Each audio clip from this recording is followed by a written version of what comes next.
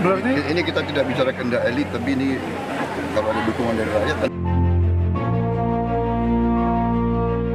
Secara terang-terangan, Baca Pres Prabowo Subianto menyatakan akan mengajak putra sulung Jokowi, Gibran Rakabuming Raka, untuk menjadi cawapresnya. Prabowo menegaskan hal ini bukan kehendaknya, namun kehendak rakyat. Kepastian meminang Gibran jadi bacawa presnya akan ditentukan jika MK mengabulkan gugatan batas usia Capres-Cawapres. Sebelum mendeklarasi cawapres, apakah yang menunggu putusan MK, Pak? Iya. Pak, apakah tidak dirasa terlalu mudah, Pak Gibran sebagai cawapres, Pak? Iya, maksudnya kayak pengalaman juga masih minim gitu loh, Pak. Mas Gibran ini Apakah tidak dirasa terlalu muda dan masih. Gimana kalau kehendak rakyat begitu? Ya. berarti Ini kita tidak bicara kehendak elit, tapi ini kalau ada dukungan dari rakyat, Anda sendiri dengar jangan mana. Ya. setelah putusan MK dibahas bersama Iya kita. dong, kita tunggu di MK. Wali Kota Solo Gibran Rakabuming Raka pun mengaku beberapa kali ditawari menjadi bacawa pres Prabowo Subianto. Bahkan tawaran ini datang dari Prabowo sendiri. Tak secara tegas menolak, kader PDIP ini kerap menyatakan umurnya yang tidak memenuhi syarat. Nah, semua orang kan udah tahu, beliau udah minta berkali-kali. Dan sudah saya laporkan ke pimpinan, ke Pak Sekjen, ke Mbak Puan dan lain-lain. Berarti jawaban Mas Gibran ke Pak Prabowo gimana? Jawaban Mas Gibran ke Pak Prabowo? Jawabannya, Iya. umurnya tidak cukup. Wes gitu, wes jelas Kalau tuh. misalnya umurnya cukup, apakah akan menerima lalu? Kan tidak cukup. Sorotan kini akan tertuju pada putusan MK pada Senin pekan depan. Apakah MK akan memuluskan jalan Gibran atau justru sebaliknya? Tim Liputan, Kompas TV. Muncul dorongan kuat dari kader, pengurus hingga organisasi sayap Partai Gerindra untuk menduetkan Prabowo Subianto dengan putra Jokowi Gibran Rakabuming Raka. Prabowo pun mengirim sinyal mengenai peluang Gibran mendampinginya dengan menyatakan, ya gimana kalau kehendak rakyat begitu. Mengapa Gerindra bersikeras agar Gibran jadi cawapres Prabowo? Benarkah pertemuan dengan partai anggota Koalisi Indonesia Maju malam ini adalah untuk menyepakati usulan Gibran cawapres Prabowo? Dan apa dampaknya jika Gibran yang merupakan kader PDI Perjuangan jadi dipinang Prabowo? Sore ini sudah ada narasumber juru bicara pemenangan Prabowo Subianto, Andre Rosiade, Ketua Umum Seknas Jokowi Rambun Cayo, dan pengamat politik sekaligus Direktur Eksekutif Carta Politika Indonesia Yunarto Wijaya. Selamat sore semuanya Bapak-Bapak. Selamat sore Audrey, Bang Andre, Bang Rambun. Andre sama-sama Toto. Ya. Selamat sore. Saya ke Bang Andre langsung nih. Bang Andre, jadi benar pertemuan malam nanti dengan Ketum Parpol Koalisi Indonesia Maju adalah untuk memantapkan Mas Gibran menjadi bacawa pres pendamping Pak Prabowo? Sebentar, sinyal saya jelek sekali sebentar. Sudah balik Bang Andre. Oke, nggak apa-apa, ditunggu Bang Andre. Ya, sinyal saya jelek sebentar. Nggak apa-apa, tapi kita bisa mendengar, bisa langsung dijawab aja Bang Andre, aman di sini? Jadi begini, mohon maaf saya ada di Padang ya, lagi di Dapil. Jadi gini, intinya pertemuan pimpinan partai koalisi tentu membahas berbagai hal ya. Seperti yang saya sampaikan, kita lagi mematangkan yang namanya pertama satu ya, pematangan tim pemenangan Pak Prabowo. Yang kedua, pematangan visi dan misi. Yang ketiga soal cawapres. Tadi pertanyaan soal Mas Gibran ya. Ya. Betul ya? Betul. Nah, sekali lagi Partai Gerindra tentu partai yang taat konstitusi. Kita tentu tidak akan mungkin bisa memutuskan Pak Prabowo bersama Mas Gibran selama konstitusi tidak mengizinkan. Tapi memang faktanya banyak sekali usulan dari relawan Pak Prabowo maupun relawan Pak Jokowi serta partai-partai yang ada di Koalisi Indonesia Maju yang mengusulkan nama Mas Gibran. Tapi sekali lagi, Partai Gerindra dan partai-partai Koalisi Indonesia Maju adalah partai-partai yang taat konstitusi. Jadi tidak akan mungkin kita bisa memutuskan Mas Gibran atau mendorong Mas Gibran menjadi wakil Pak Prabowo selama konstitusi masih melarang. Jadi, tapi kan hari Senin nanti putusannya, Bang Andre. Nah, sekarang antisipasinya juga dilakukan nggak kalau misalnya nanti dikabulkan oleh MK? Kalau nanti dikabulkan oleh MK, nanti tentu akan ada pembicaraan lanjutan. Yang jelas banyak hal yang harus kita selesaikan, Mbak. Yang pertama mulai dari pembentukan tim pemenangan. Pembentukan tim pemenangan Pak Prabowo harus dipastikan sebagai the winning team yang harus bisa mengantarkan kemenangan Pak Prabowo di Pilpres 2024. Kita lagi matangkan susunannya, termasuk siapa yang memimpin the winning team ini. Ya, karena di sebelah kan sudah ada Mas Arsyad, ya kan. Nah, di yang lain saya juga belum tahu ya. Tapi insya Allah kita akan beri kejutan. Ketua tim kita nggak kaleng-kaleng lah, gitulah. Oke, sekarang yang kedua soal bagaimana pematangan visi dan misi dan program-program yang merupakan keberlanjutan dari pemerintahan Pak Jokowi. Jadi rapatnya simultan. Jadi soal cawapres tentu belum bisa diputuskan. Gitu. Oke, sekarang saya ke Mas Soto. Mas Soto, ini benar nggak sih Koalisi Indonesia Maju, terutama Partai Gerindra ini ngotot untuk menduetkan Pak Prabowo bersama dengan Mas Gibran? Waduh, kalau ngotot saya nggak tahu ya. Pembicaraan mengenai pembicaraan mengenai putusan politik yang sifatnya strategis itu kan terjadi di panggung belakang. Tetapi kalau kita lihat runutnya kan ada jejak memang bahwa usulan terkait dengan diubahnya gugatan di MK terkait usia capres-cawapres, beberapa di antaranya kan berasal dari kader Gerindra, seperti Wali Kota Bukit Tinggi, seperti Wakil Bupati Lampung Selatan, termasuk Partai Garuda adalah bagian dari partai yang mendukung Pak Prabowo menjadi capres. Tambah misalnya keberadaan tingginya adalah juga saudara dari Ahmad Riza Patria misalnya. Jadi jelas bahwa ada jejak di situ, keinginan minimal dari beberapa kader. Apakah itu jadi generalisasi sebagai keinginan dari Pak Prabowo, saya tidak tahu. Tetapi beberapa statement Pak Prabowo juga memang menunjukkan keinginan Pak Prabowo untuk menggandeng Mas Gibran. Apakah ini sebuah peristiwa politik yang biasa saja? Biasa saja menurut saya. Bahwa kemudian ada kader dari partai lain maju bersama dengan capres yang bukan berasal dari partainya, itu biasa saja. Terjadi juga dulu di Golkar misalnya, 2 kali, 2004, 2014. Saya lebih ingin melihat bukan dalam konteks konstelasi elit, tetapi bagaimana pandangan dari, bukan pandangan ya, narasi yang akan menarik menurut saya untuk dibicarakan mengenai kepantasan ketika proses dan output dari munculnya nama Mas Gibran ini. Pertama, proses ketika ada pengajuan dari pihak Gerindra yang kemudian diputuskan salah satu hakimnya adalah iparnya Pak Jokowi sendiri. Yang kemudian ketika Gibran misalnya nanti lolos dan maju, ayahnya masih menjadi seorang presiden.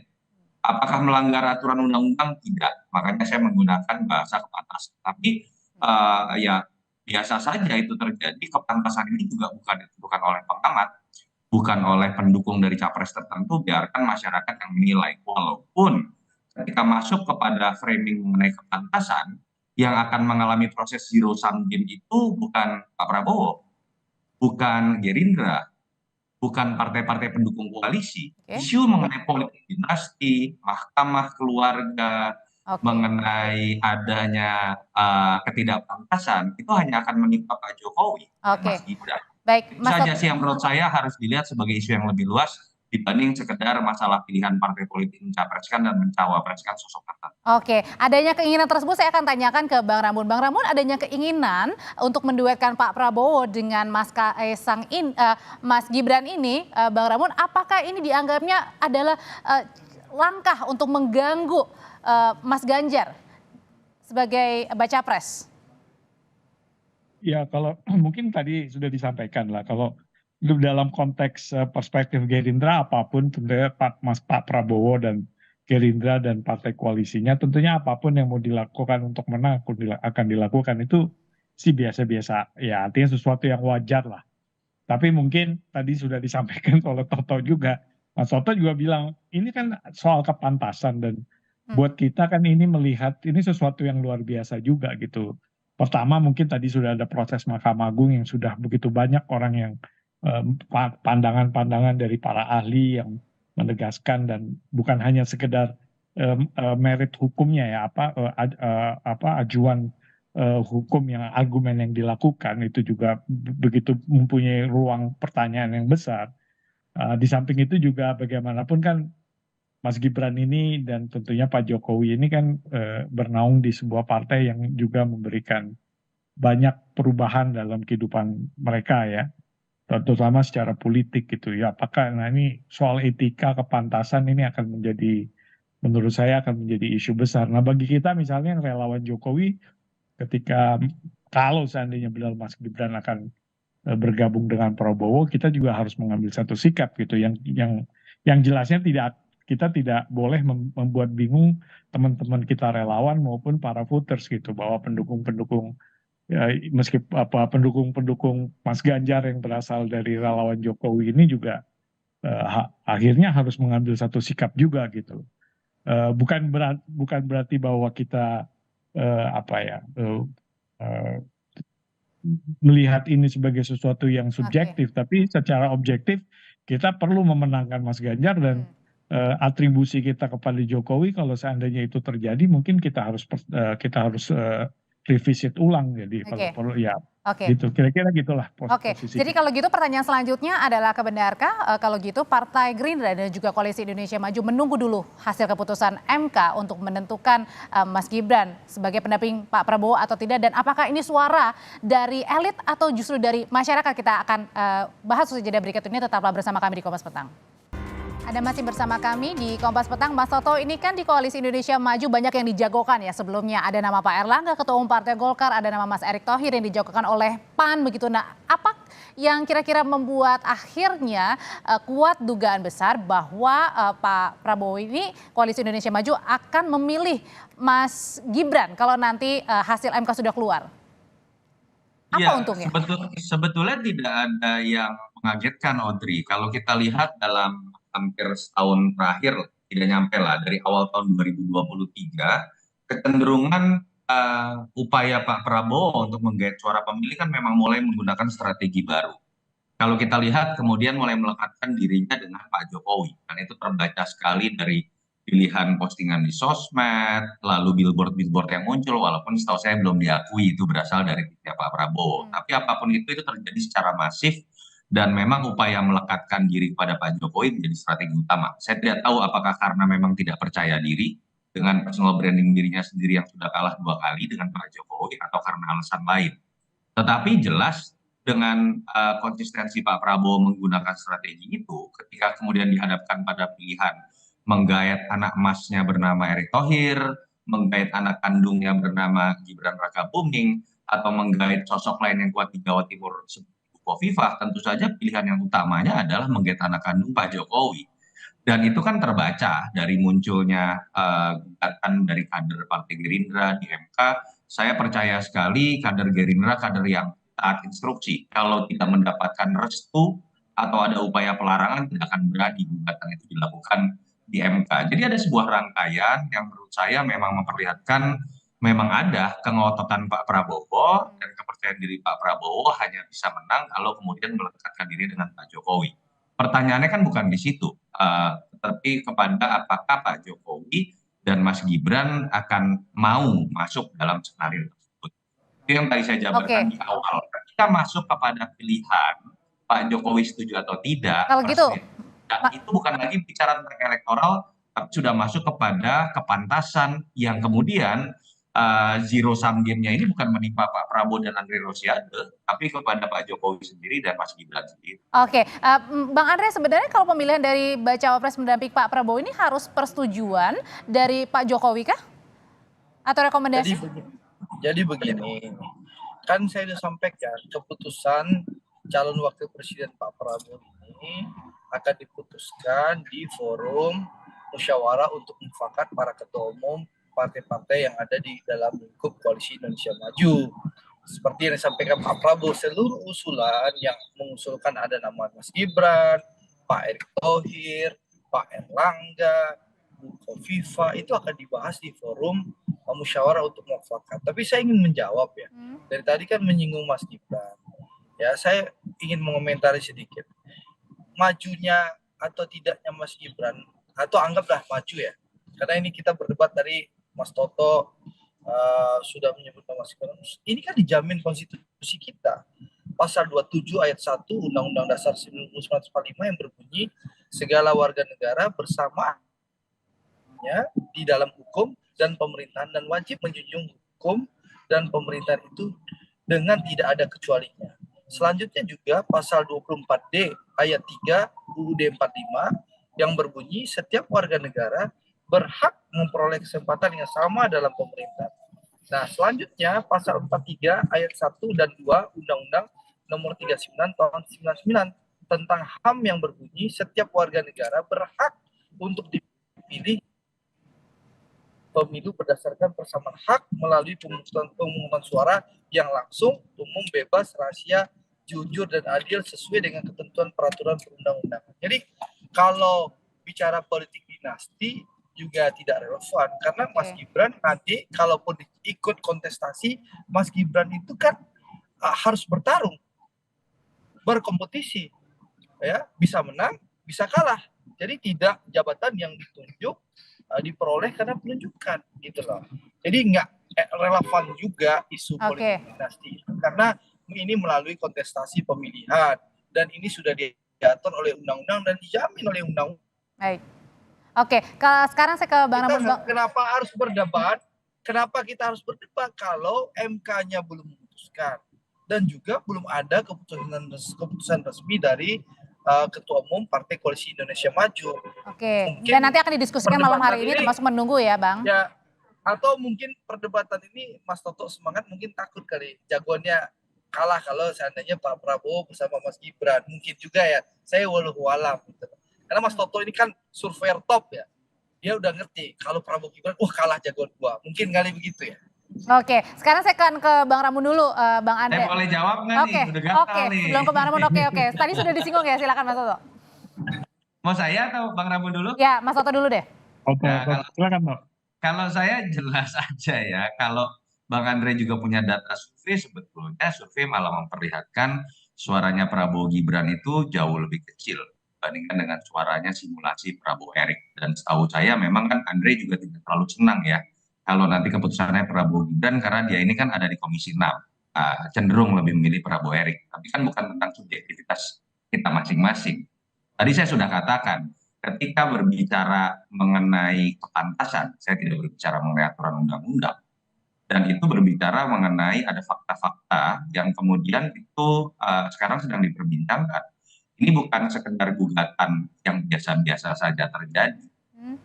Problem mengenai potensi konflik of interest terkait dengan keberadaan iparnya Pak Jokowi di MK itu sudah muncul ketika kemudian beliau dilantik menjadi ketua MK.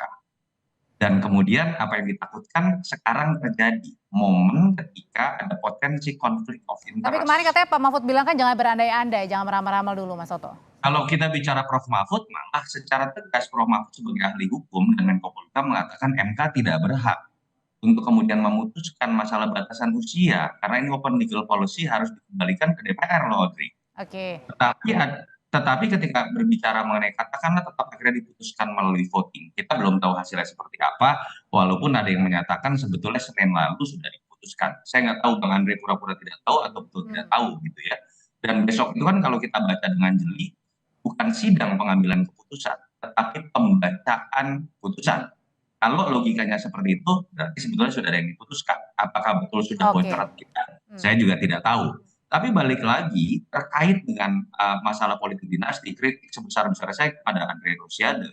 Kalau alasan utama mengenai politik dinasti itu didasarkan pada pasal-pasal yang disebutkan tadi, artinya terminologi politik dinasti yang dialamatkan dalam setiap pilkada, dalam daerah-daerah. Mas Toto, tahan dulu sampai di sana.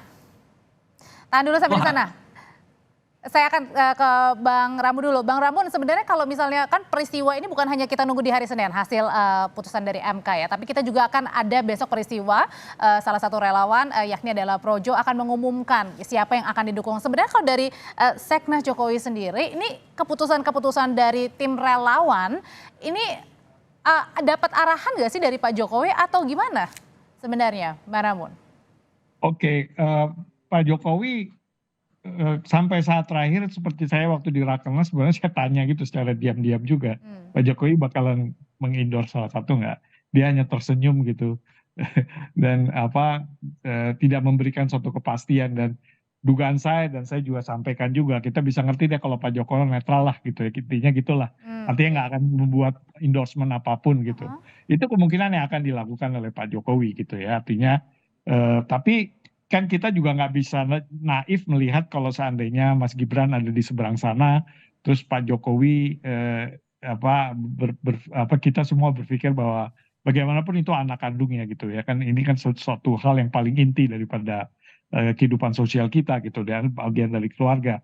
Tidak ada cara lain kita untuk menginterpretasikan berarti Pak Jokowi itu ada di seberang sana. Artinya kan kita sebagai relawan Jokowi itu kan harus mengambil sikap. Yang relawan Jokowi yang sudah memutuskan untuk mendukung Ganjar ya. Karena kalau kita ini tidak ada instruksi atau apapun, kita hanya melihat dari keseluruhan tanda-tanda reaksi-reaksi yang dari teman-teman, dan sebenarnya teman-teman ini memilih Mas Ganjar ini juga bukan hanya karena instruksi, tapi juga sudah melakukan pengkajian dan penelusuran. Jadi pilihan ini adalah pilihan rasional. Jadi buat kami besok misalnya Projo akan memilih selain Mas Ganjar, itu sesuatu yang kita juga bisa duga, sebenarnya sudah kita duga-duga juga gitu. Ya kan, karena di sebagian besar daripada relawan Jokowi sebenarnya sudah mengambil keputusan untuk mendukung Mas Ganjar dengan berbagai macam karakteristik dari Mas Ganjar dalam kaitannya dengan Pak Jokowi gitu. Jadi buat kita itu yang jadi patokan kita. Tapi kalau seandainya sekarang Gibran ada di seberang sana, itu mungkin akan membuat reaksi yang saya rasa reaksinya agak luar biasa ya. Bang Ramon terima kasih, Mas Oto terima kasih, Bang Andre terima kasih, sehat selalu. Yuk, sama-sama. Terima kasih. Sama-sama. Usai